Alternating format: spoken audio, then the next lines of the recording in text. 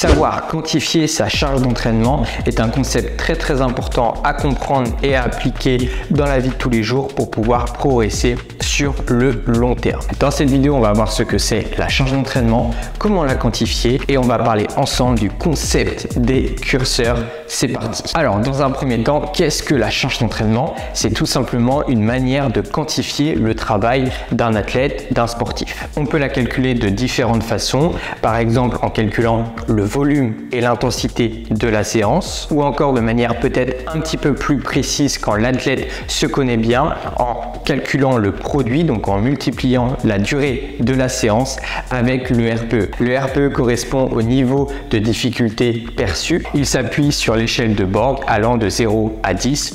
0, la séance a été plutôt très facile.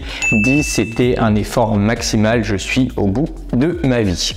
Donc, c'est une excellente façon pour quantifier et pour adapter l'intensité de ces différentes séances sur sa semaine. Mais dans cette vidéo, j'ai envie d'aller un petit peu plus loin pour vraiment vous donner un concept un petit peu plus général qui peut s'appliquer vraiment à la vie de tous les jours. Pour cela, prenons deux curseurs. Le curseur des contraintes et le curseur des adaptations. Le curseur des contraintes, comme son nom l'indique, correspond à tout ce qui va avoir un impact sur votre organisme. Et le curseur des adaptations correspond à tout ce qui va te permettre de digérer justement ces contraintes. Ce qui est intéressant avec ce concept, c'est qu'il ne prend pas juste l'entraînement, mais il prend tout le stress que vous pouvez avoir dans la vie de tous les jours. Autrement dit, votre âge, votre activité professionnelle, le stress environnant, votre vie de famille et d'éventuelles pathologies ou problèmes hormonaux que vous pouvez avoir. Et sur le curseur des adaptations, vous retrouvez tout ce qui est en votre pouvoir pour récupérer au mieux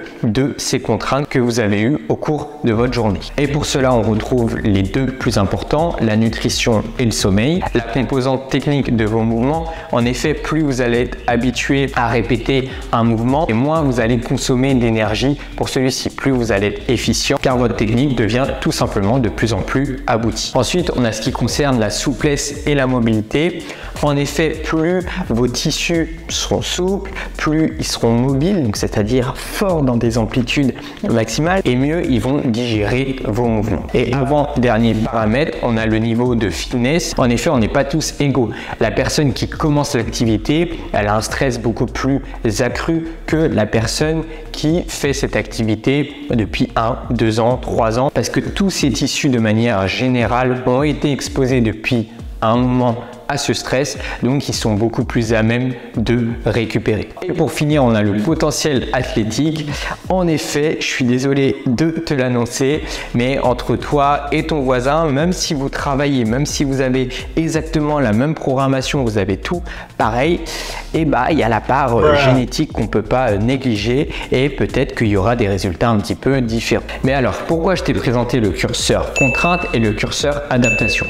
Tout simplement parce que c'est des leviers sur lesquels vous allez pouvoir jouer justement pour gérer au mieux votre charge d'entraînement. Si le curseur contrainte est trop élevé par rapport au curseur adaptation, je suis désolé de te l'annoncer, mais c'est contre-productif pour la performance et sur le long terme, tu vas un petit peu dans le mur.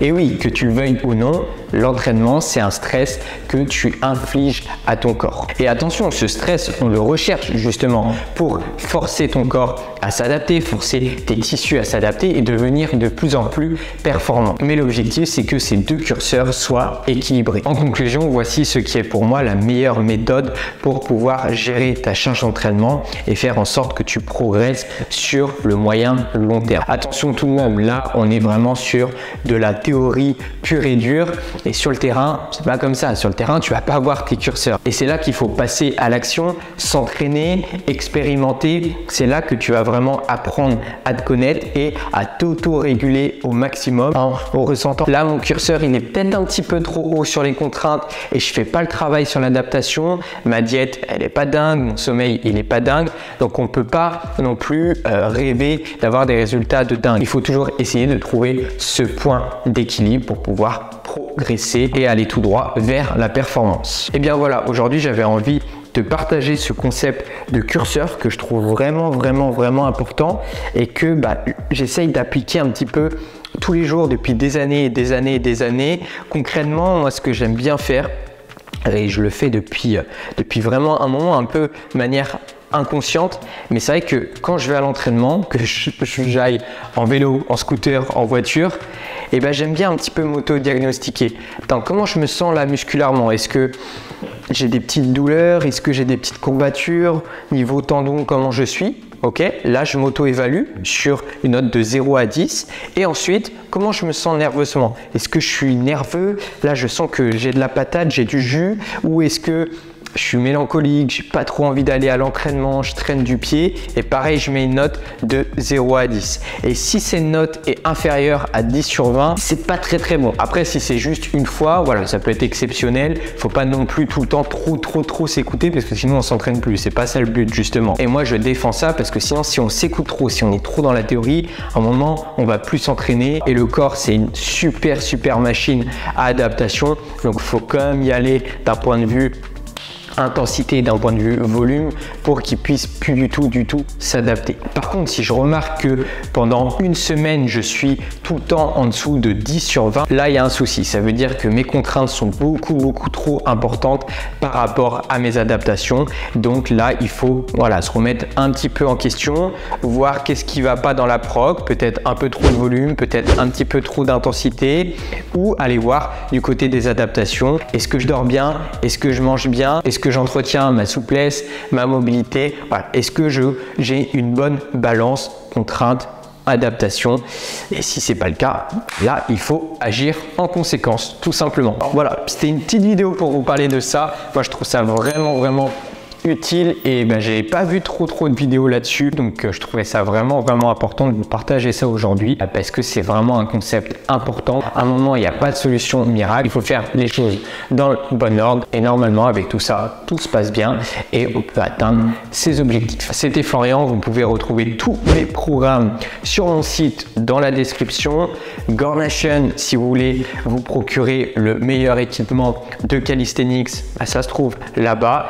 Petit code FLO10 pour me souvenir, vous connaissez. Et pour tout ce qui est complément alimentaire, ça se passe chez Nutrimuscle. J'ai plus de code, mais vous pouvez passer par le lien. Et j'ai aussi une petite liste sur mon site qui montre qu'est-ce que j'utilise au quotidien en termes de compléments alimentaires. C'était Florian, on se retrouve très vite dans une prochaine vidéo.